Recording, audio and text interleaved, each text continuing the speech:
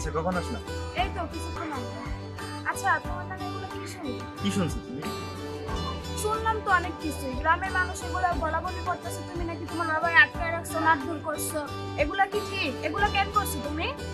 আরে তুমি যে কি বলো না। তোরা ছাড়ো, তোমার সাথে তোমার মতো মানুষের সাথে আমি কোনো শোনো না। relation করব না, ছাড়ো।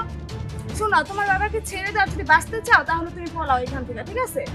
যদি আচ্ছা, তোমার ঠিক আছে, না, শোনো, শোনো, তোমার আমার মতো কথা- মানুষের সাথে আমি রিলেশন করব না, যাও। তুমি তোমার বাবাকে ছেড়ে তারপর তুমি পলাও।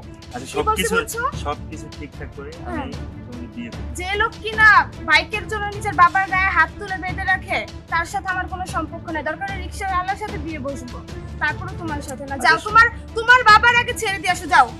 যদি বাঁচতে চাও তুমি যাও, আমি বলতেছি যাইতে, তুমি যাও। তোমার কথাটা না, তো আমি শুনবা। তোমার কোনো কথা শুনবো না, তুমি যাও।